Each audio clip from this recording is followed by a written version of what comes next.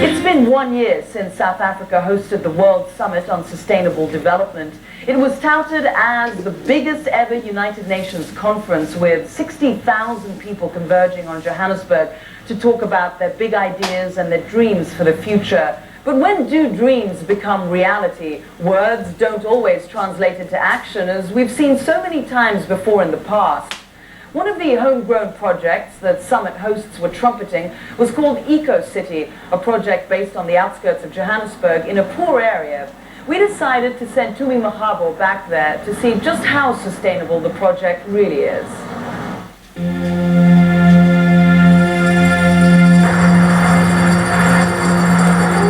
This is Ivory Park in 2002.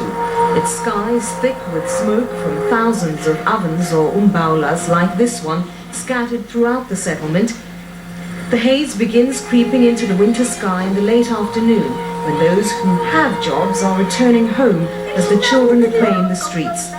Once the haze begins, it's only a matter of time before your eyes tear up and your throat begins to burn. This township in Midrand, South Africa, is home to some 250,000 people for whom there is almost no escape from the cycle of poverty and the choking smoke. People like Caroline.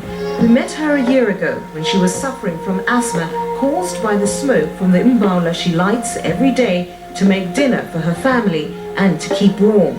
The 40,000 delegates gathered in Johannesburg. It was during the World Summit on Sustainable Development held in nearby Johannesburg. The hopes for what the summit could achieve were high.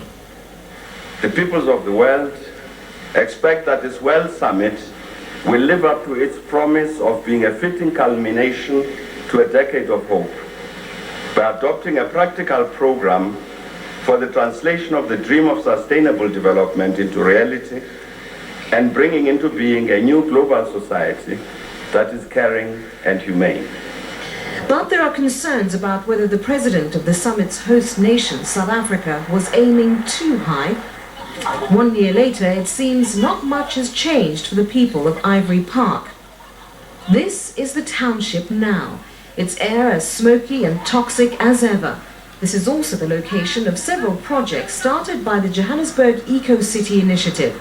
Its aim to address poverty alleviation through local development. In other words, create opportunities within a community that will allow the people who live there to earn a living and thus provide for their families. At the time of the summit, Ecocity's projects, especially the Eco Village, became a great curiosity. Summit delegates and the world's media arriving by the busload to see displays of building methods that could help save energy, cost less, and were easy to erect. But once again, it appears money is the key.